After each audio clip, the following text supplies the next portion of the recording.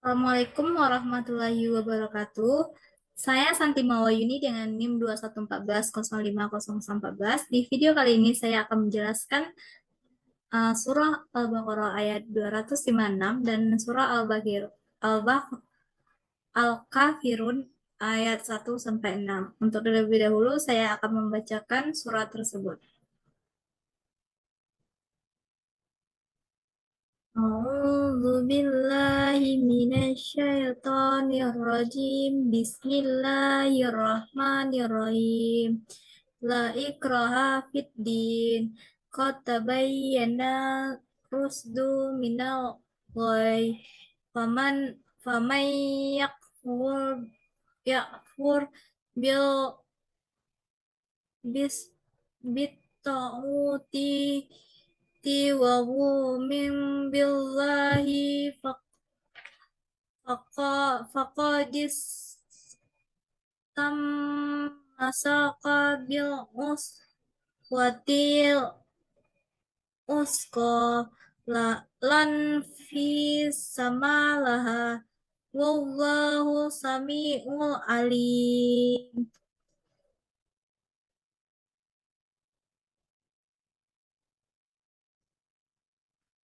Qul ya ayyuhal kafirun la a'budu ma ta'budun wala ami wala wala antum abidun ma ma a'bud wala ana abidu ma abattum wala ana abidu ma a'bun lakum dinukum waliyadin syaraqallahul azim.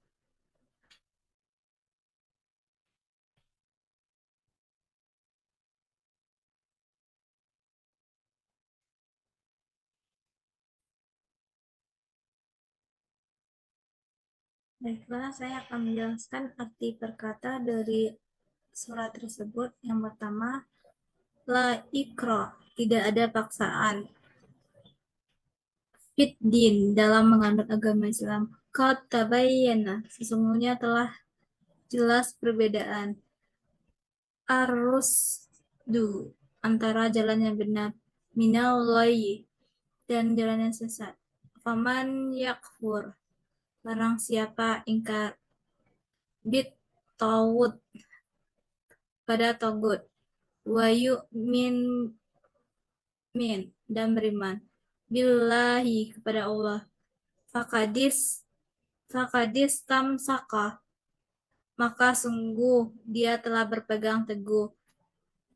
Bil uswati, pada tali usko yang sangat kuat. Lan viso malaha, yang tidak akan putus. Wallahu, Allah. Sami'un, maha mendengar. Alim, maha mengetahui.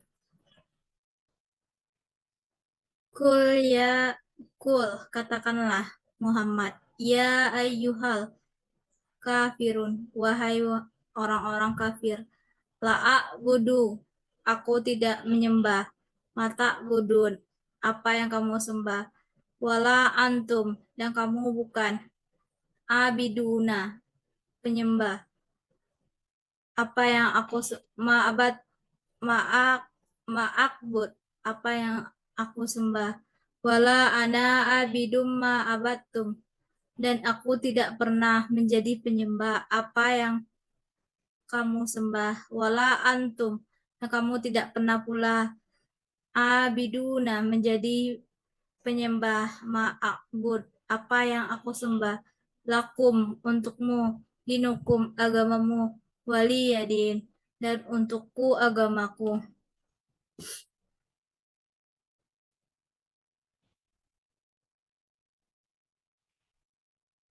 Kemudian penafsiran dari ayat ini, yang pertama itu ayat ini menjelaskan meski memiliki kekuasaan yang sangat luas, Allah tidak memaksa seseorang untuk mengikuti ajarannya.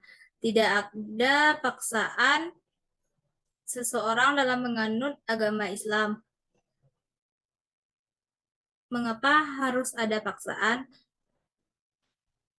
Padahal sesungguhnya telah jelas perbedaan antara jalan yang benar dengan jalan yang sesat. Oleh karena itu, janganlah kamu menggunakan paksaan, apalagi kekerasan dalam berdakwah. Ajarlah manusia ke jalan Allah dengan cara yang terbaik. Barang siapa ingkar kepada tauhid, yaitu setan dan apa saja yang dipertuhankan selain Allah dan beriman kepada Allah, maka sungguh dia telah berpegang teguh pada ajaran agama yang benar sehingga tidak akan jerumus dalam kesesatan, sama halnya dengan orang yang berpegang teguh pada tali yang sangat kuat dan tidak akan putus sehingga tidak akan terjatuh. Agama yang benar ibarat tali yang kuat dan terjulur menuju Allah. Dan di situ terdapat sebab-sebab yang menyelamatkan manusia dari murkanya. Allah Maha mendengar segala yang diucapkan oleh hambanya, Maha mengetahui segala niat.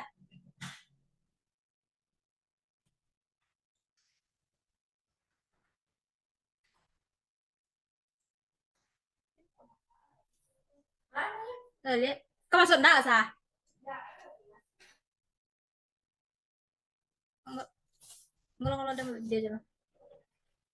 Kan anak saudara, nak. Masya Allah.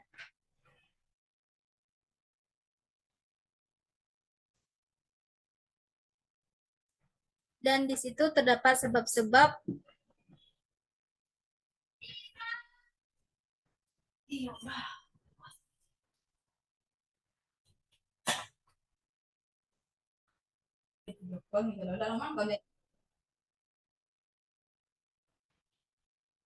Dan di situ terdapat sebab-sebab yang menyelamatkan manusia dari murkanya. Allah Maha mendengar segala yang diucapkan oleh hambanya, Maha mengetahui segala niat dan perbuatan mereka, sehingga semua itu akan mendapat balasan di hari kiamat.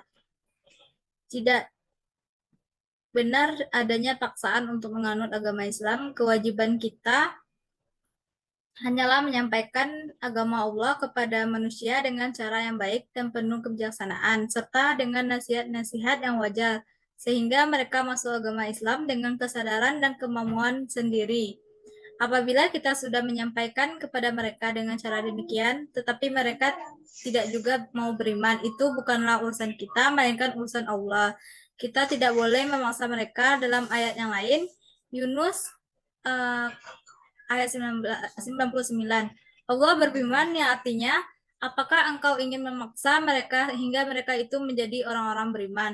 Dengan datanya agama Islam, jalan yang benar sudah tampak dengan jelas dan dapat dibedakan dari jalan yang sesat. Maka tidak boleh ada pemaksaan untuk beriman. Karena iman adalah keyakinan dalam hati sanubari dan tak seorang pun dapat memaksa hati seseorang untuk meyakini sesuatu apabila dia sendiri tidak bersedia. Ayat-ayat Al-Quran yang menerangkan kenabian Nabi Muhammad SAW sudah cukup jelas. Maka terserah kepada setiap orang apakah akan beriman atau kafir. Setelah ayat-ayat itu sampai kepada mereka, inilah etika dakwah Islam. Adapun suara-suara yang mengatakan bahwa agama Islam dikembangkan dengan pedang hanyalah tuduhan dan fitnah belaka. Umat Islam di Mekah sebelum berhijrah ke Madinah hanya melakukan sholat dengan cara tersembunyi. Dan mereka tidak mau melakukannya secara demonstratif di hadapan kaum kafir. Ayat ini turun kira-kira pada tahun ketiga sesudah hijrah, yaitu setelah umat Islam memiliki kekuatan dengan yang nyata dan jumlah mereka telah bertambah banyak. Namun mereka tidak diperbolehkan melakukan paksaan terhadap orang-orang yang bukan muslim, baik secara luas, apalagi dengan kekerasan. Adapun peperangan yang telah dilakukan umat Islam, baik di Jazirah Arab maupun negeri-negeri lain seperti di Mesir, Persia, dan sebagainya, hanyalah semata-mata suatu tindakan bela diri terhadap serangan-serangan kaum kafir kepada mereka. Selain itu, peperangan dilakukan untuk mengamankan jalannya dakwah Islam, sehingga berbagai tindakan kezaliman dari orang-orang kafir yang memfitnah dan mengganggu umat Islam karena menganut dan melaksanakan agama mereka dapat dicegah, dan agar kaum kafir itu dapat menghargai kemerdekaan pribadi dan hak-hak asasi manusia dalam menganut keyakinan. Di berbagai daerah yang telah dikuasai kaum muslimin, orang yang belum menganut agama Islam diberi hak dan kemerdekaan untuk memilih apakah mereka akan memeluk agama Islam ataukah akan tetap dalam agama mereka. Jika mereka memilih untuk tetap dalam agama semula, maka mereka diharuskan membayar jizyah, yaitu semacam pajak sebagai imbalan dari perlindungan yang diberikan pemerintah Islam kepada mereka.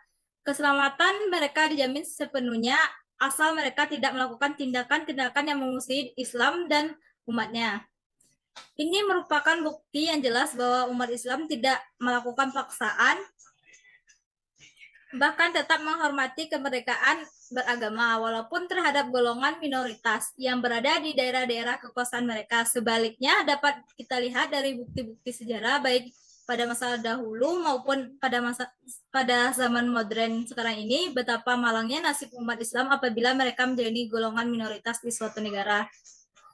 Ayat ini selanjutnya menerangkan bahwa barang siapa yang tidak lagi percaya kepada Tauhid atau tidak lagi menyembah patung atau benda yang lain, melainkan beriman dan menyembah Allah semata-mata, maka dia telah mendapatkan pegangan yang kokoh, laksana tali yang kuat, yang tidak akan putus. Iman yang sebenarnya adalah iman yang diyakini dalam hati, diucapkan dengan lidah, diiringi dengan perbuatan. Itulah sebabnya maka pada akhir ayat ini Allah berfirman yang artinya Allah Maha mendengar lagi Maha mengetahui.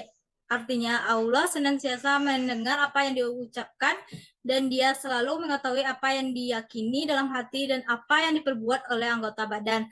Allah akan membalas amal seseorang sesuai dengan iman, perkataan, dan perbuatan mereka masing-masing.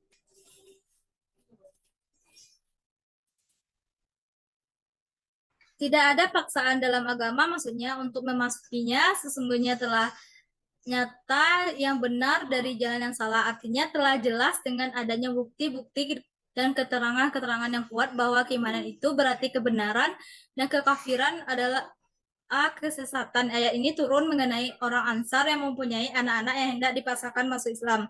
Maka barang siapa yang ingkar kepada Tauhid, maksudnya setan atau berhala, dipakai untuk tunggal dan jamak, dan dia beriman kepada Allah, maka sesungguhnya ia telah berpegang kepada simpul tali yang teguh kuat.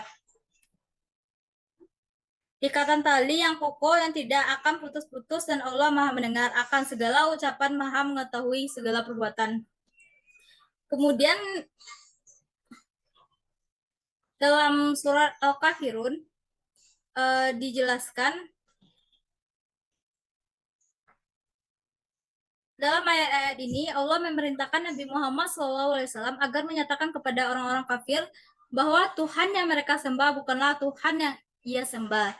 Karena mereka menyembah Tuhan yang memerlukan pembantu dan mempunyai anak atau menjemah dalam suatu bentuk atau dalam suatu rupa atau bentuk-bentuk yang lain mereka dakwakan. Sedangkan Nabi SAW menyembah Tuhan yang tidak ada tandingannya dan tidak ada sekutu baginya, tidak mempunyai anak dan istri. Akal tidak sanggup menerka bagaimana dia, tidak ditentukan oleh tempat dan tidak terikat oleh masa, tidak memerlukan perantaran dan tidak pula memerlukan penghubung. Maksud pernyataan itu adalah terdapat perbedaan sangat besar antara Tuhan yang disembah orang-orang kafir dengan Tuhan yang disembah Nabi Muhammad SAW. Mereka menyifati Tuhannya dengan sifat-sifat yang tidak layak sama sekali bagi Tuhan yang disembah Nabi. Isi kandungan dari surah Al-Kafirun yang pertama ialah surah Al-Kafirun menunjukkan perbedaan sesembahan dan ibadah kaum muslimin dan orang-orang selain mereka. Kemudian surat ini berisi penolakan tegas atas ajakan kafir Quraisy untuk menyembah berhala walau sesaat dengan tujuan apapun. Yang ketiga, surat ini juga menegaskan tidak ada kompromi dalam akidah, tidak dibenarkan kerjasama yang mencampur baurkan dua akidah berbeda. Yang keempat, Rasulullah tidak akan menyembah berhala mereka sampai kapanpun. Yang kelima, surat ini menjelaskan salah satu mukjizat dan bukti kebenaran Al-Quran karena mereka yang mendatangi Rasulullah untuk mengajak menyembah berhala. Sampai akhir hayatnya tidak pernah masuk Islam. Bahkan sebagiannya mati terbunuh dalam kondisi kafir. Yang keenam, surat Al-Kafirun berisi ajaran toleransi untuk tidak memaksa orang lain dalam akidah dan beribadah. Bagi seseorang adalah agama sebagaimana pilihannya dan semua akan mendapatkan balasan sesuai pilihannya tersebut.